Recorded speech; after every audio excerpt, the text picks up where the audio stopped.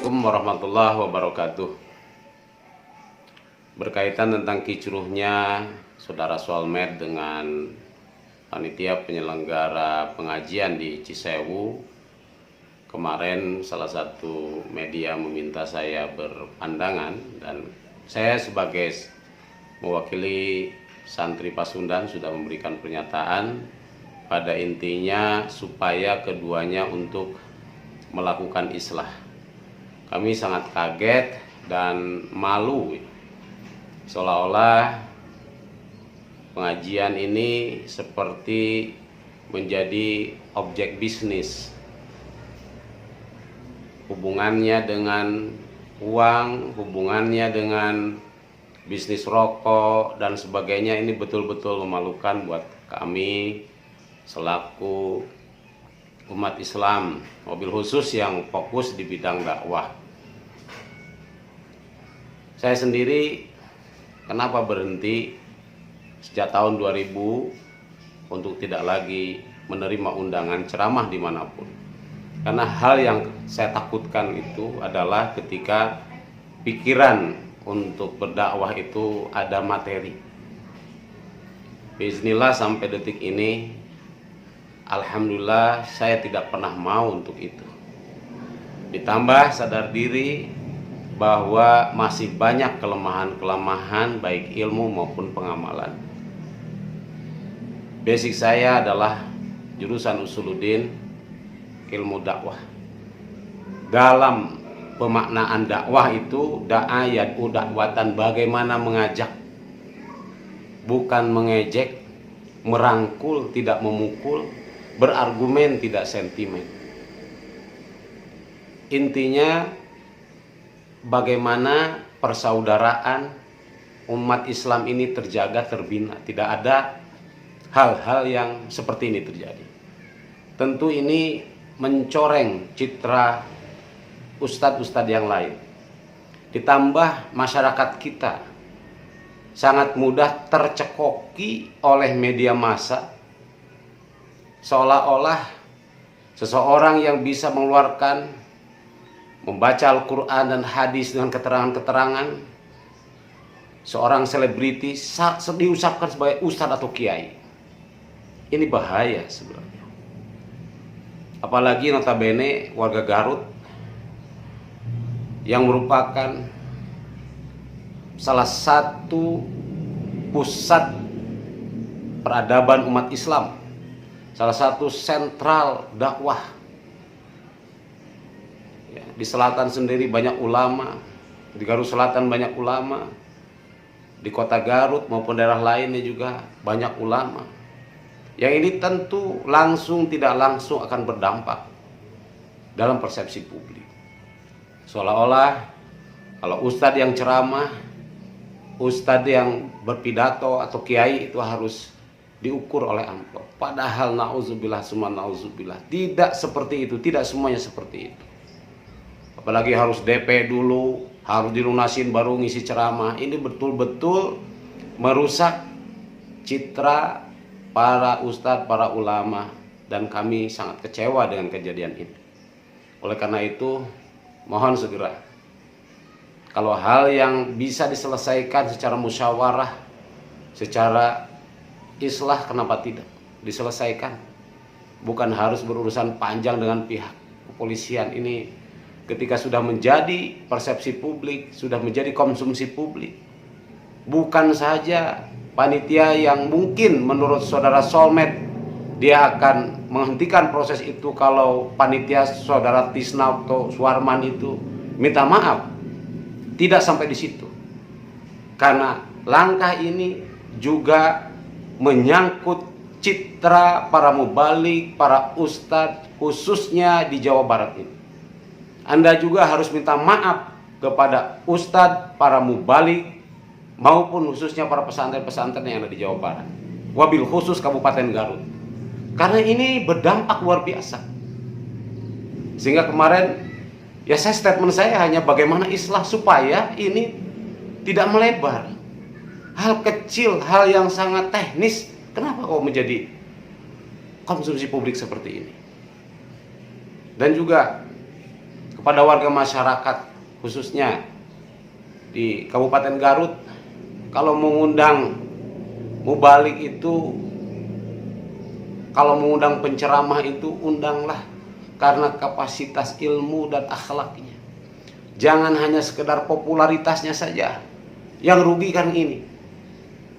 Panitia wajar, mereka sudah mempersiapkan panggung, sound, dan sebagainya. Apalagi yang saya dengar, bahkan dari Cianjur juga, perbatasan Cianjur datang, dari Talegong, dari Pamengpeuk, dari Bungbulang yang jaraknya jauh dan aksesnya juga sulit.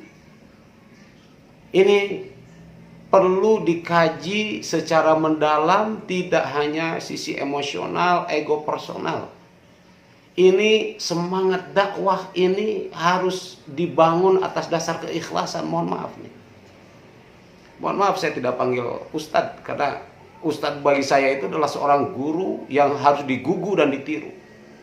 Ya, saya belum pernah belajar dengan ini. Gitu. Jadi, oleh karena itu, tolonglah stop persoalan ini.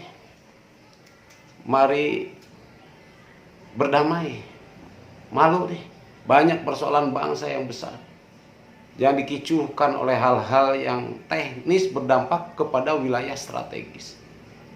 Kasihan banyak ustadz-ustadz, para mubalik, para dai-dai yang ikhlas pergi ke pelosok daerah, ke Papua, ke Kalimantan tanpa minta bayaran, bahkan mereka mengeluarkan biaya sendiri dengan berbagai tantangannya. Bahkan baginda Rasulullah SAW ketika berdakwah dilempari hingga kakinya berdarah. Apakah beliau marah? Apakah beliau laporkan ke polisi? Tidak. Beliau bersabar sampai orang itu sadar. Ini nggak bisa main-main kalau soal dakwah ini. Ya. Ini punten ya, saudara soulmate.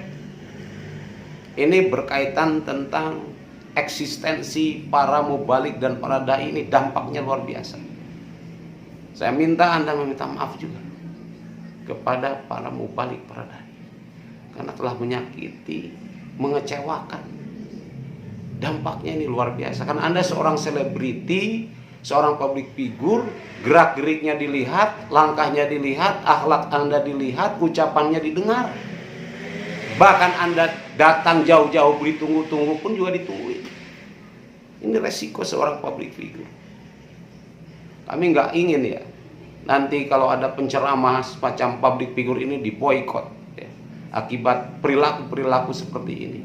Karena kita lihat dari track record media sebelumnya, pernah ada kasus seperti di Banten, pernah ramai dengan warga Banten karena tidak hadir dalam acara undangan tersebut. Ya, jadi hal ini tolonglah untuk Kabupaten Garut yang notabene di sini tempatnya para ulama, para ustadz. Ya, jangan sampai keberkahan itu hilang buat seorang ustadz atau ulama. Kami sangat kecewa. Oleh karena itu, sekali lagi statement saya tanpa disensor. Ini spontan. Permintaan saya satu, islah, saling memaafkan. Jika ada salah paham bisa bertabayun. Idza ja'akum fasikum binaba'in fatabayyanu.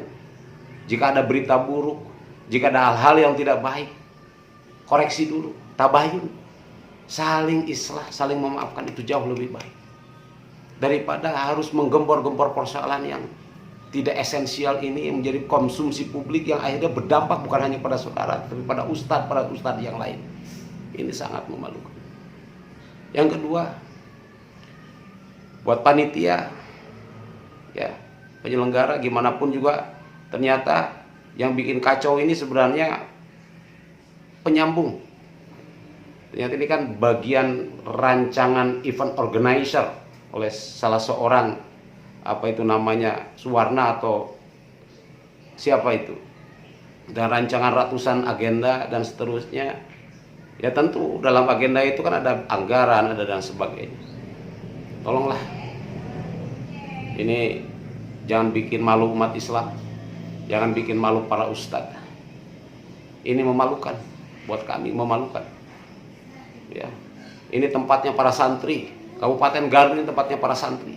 Saya nggak tahu tuh soulmate itu ngajinya di mana. Saya nggak tahu. Tapi kalau kepake dan benar sama umat, mudah-mudahan dia makin maslahat, makin berkah. Tapi kalau ada hal-hal yang di luar jalur, mudah-mudahan dia segera sadar. Ya, saudara-saudara sekalian, ini pernyataan saya Aceng Nasir sebagai Ketua Umum Santri Pasundan, yang kebetulan saya putra asli daerah Kabupaten Garut, dipertanyakan oleh banyak pihak, oleh teman-teman media, oleh para ustadz yang lain. Mudah-mudahan saya dianggap, kalau seandainya bisa dianggap mewakili mereka, memberikan pernyataan ini untuk supaya saudara soulmate dan panitia di Cisewu ini islah, damai, dan semoga tidak terulang lagi hal-hal seperti ini. Kita malu dan kita ingin dakwah berjalan dengan baik, pengajian seperti biasa berjalan dengan rutin, tanpa hal-hal teknis yang seperti itu. Berikanlah tauladan kepada umat dengan contoh yang ikhlas, dengan dakwah yang tulus, bukan karena fulus. Ya, kalau tulus, insya Allah Allah akan memberikan kemudahan dalam jalan dalam ridhonya. Tapi kalau karena fulus, saya khawatir, ya siapapun itu, kalau para ustadz, ya olah ajengan yang orientasinya karena fulus, nanti akan terjerumus. Mudah-mudahan tidak lagi terjadi seperti ini.